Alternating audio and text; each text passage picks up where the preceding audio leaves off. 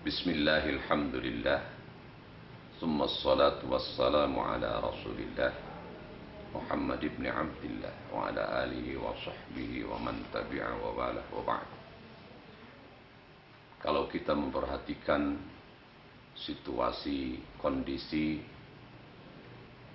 yang terjadi dan nampak di hadapan kita, dibarengi dengan berbagai pemberitaan melalui berbagai mass media atau media-media elektronika dan sebagainya. Sungguh kehidupan masyarakat yang kita lihat pada saat-saat ini sangat memprihatinkan. Dalam berbagai bidang kehidupan nampaknya banyak terjadi ketimpangan-ketimpangan. Entah yang menyangkut masalah politik, ekonomi, budaya, ataupun tatanan kehidupan masyarakat dalam birokrasi, juga di dalam berbagai kehidupan, lapangan kehidupan yang lain. Apakah Dewan Dakwah akan berpangku tangan melihat berbagai kejanggalan-kejanggalan yang terjadi saat ini? Tentu tidak. Setiap orang mukmin yang terpanggil untuk berdakwah itu tentu tidak akan membiarkan keberadaan kehidupan yang mewarnai kehidupan masyarakat sekarang ini. Kita sangat ingin bahwa warna kehidupan masyarakat Indonesia yang konon umat Islam menduduki posisi mayoritas, itu sangat ingin adanya perubahan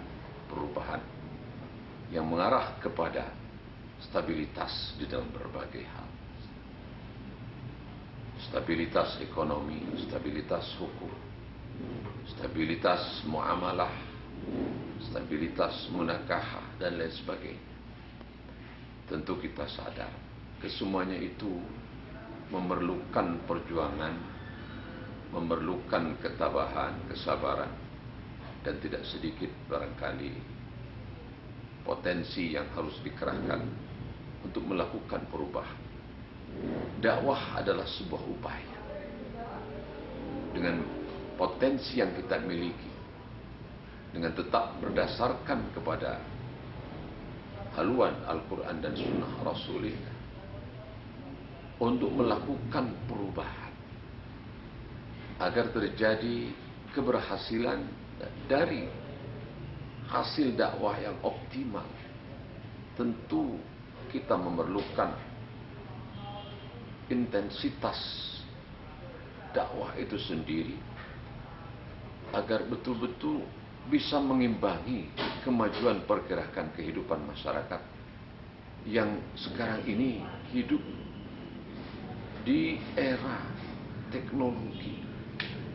Kalau kita perhatikan dakwah yang masih terjadi lewat berbagai kegiatan yang sifatnya konvensional, entah itu melalui Jumatan, entah itu melalui taklim, ataupun dalam peringatan-peringatan hari bersejarah kaum muslimin, kita melihat potensi dakwah yang kita jalankan sementara ini masih bersifat tradisional dan konvensional. Bagaimana caranya untuk meningkatkan atau mengoptimalisasikan dakwah itu sehingga potensinya betul-betul dapat dihandalkan untuk dapat mengimbangi kemajuan teknologi yang canggih? Maka di sini Dewan Dakwah Provinsi Jawa Barat mengetuk dan mengajak kepada saudara-saudara yang masih memiliki rasa tanggung jawab serta memiliki pewarisan daripada baginda Rasulullah SAW sebagai dai yang akbar, dai yang terbesar, dai yang menjadi uswah bagi kita semua, untuk dapat mengerahkan potensi kita demi meningkatkan kualitas dan optimalisasi dakwah kita yang bersifat komprehensif, yang menyeluruh, yang sumul, yaitu yang menyentuh pada lapisan-lapisan kehidupan masyarakat, terutama yang paling pokok dalam bidang politik, Maka kita ingin berdakwah menyampaikan bagaimana bentuk politik yang dijalankan di dalam bernegara kita. Tentu politik yang Islami. Dalam bidang ekonomi, ekonomi yang Islam. Dalam bidang budaya dan adat istiadat, budaya dan adat istiadat yang Islam. Banyak adat istiadat di negeri kita, tetapi belum sampai kepada taraf ma'ruf. Karena kalau kita berbicara ma'ruf yang asal dari kata uruf yang artinya adat, itu masih terdapat kesimpang siuran, di mana kelihatannya seperti baik, tetapi banyak bertentangan dengan syariat Islam. Hal ini menjadi mungkar. Oleh sebab itu, budaya-budaya yang diciptakan, yang diawali dengan kebiasaan-kebiasaan, lama-kelamaan menjadi melembaga, seperti budaya suap menyuap, budaya pelicinan dalam segala urusan, budaya sogok menyogok, sampai kepada budaya korupsi, seperti yang disampaikan oleh Muhammad Hatta, wakil presiden pertama kita, bahwa korupsi di Indonesia ini, kata beliau, sudah jadi budaya. Apakah ini betul? Ternyata kalau melihat data dan fakta di lapangan, kita banyak menemukan beberapa bukti bahwa nampaknya hal ini belum bisa didakwahi, belum bisa dipadamkan. Maka peranan dakwah kita itu harus bersifat negeri. Tidak bisa dakwah hanya bersifat swasta. Dakwah yang bersifat swasta itu yang tadi dari masjid ke masjid, dari majelis taklim ke majelis taklim. Tapi kalau sudah menyentuh kepada lapisan elit politik, di mana para anggota dewan telah menjadi dai-dai yang betul-betul dapat menjalankan fungsi dan tugasnya untuk mengawasi berbagai anggaran negara, mengawasi roda pemerintahan yang dilakukan oleh para eksekutif, dan seterusnya sugan tugasnya, berarti mereka sudah berdakwah secara optimal dan komprehensif. Tetapi kalau kita masih berbicara tentang dakwah yang bersifat tradisional, maka tidak akan menyentuh lapisan atas. Begitu juga dalam bidang hukum, kita belum nampak menyaksikan keadilan. Kalau pengadilan emang banyak, tapi keadilan ini cukup rawan. Banyak sekali orang-orang yang melakukan tindak kriminalitas yang tidak seberapa mendapat hukuman yang luar biasa. Hanya sekedar mencuri sendal saja dikurung sampai 1 tahun.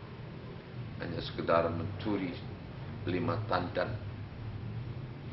pisang saja dikurung sampai 5 tahun. 5 butir kelapa, 5. Sementara yang miliaran mencuri uang rakyat, anggaran negara, itu uang rakyat. Uang yang diperoleh dari pajak rakyat, yang seharusnya kembali kepada rakyat. Itu banyak yang dibebaskan. Di sini kita melihat bagaimana para dai untuk menyadarkan para penegak hukum sampai menuju kepada keadilan yang betul-betul diharapkan oleh kita. Jadi peningkatan potensi dakwah supaya betul-betul menyentuh keseluruhan lapisan kehidupan masyarakat, ini sesuatu yang bersifat aksional. Maka oleh sebab itu, mari kita sama-sama memiliki himmah, kesemangatan untuk sama-sama bisa melakukan dakwah ini, untuk melakukan perubahan ke depan.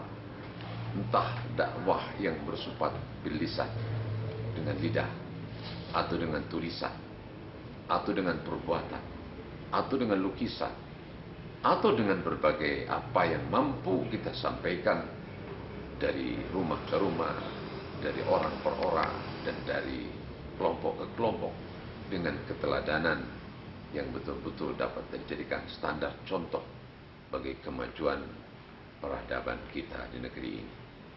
Semoga optimalisasi potensi dakwah yang menuju pada dakwah yang komprehensif pada saatnya dapat kita buktikan. Demikianlah, mudah-mudahan ada manfaatnya. Assalamualaikum warahmatullahi wabarakatuh.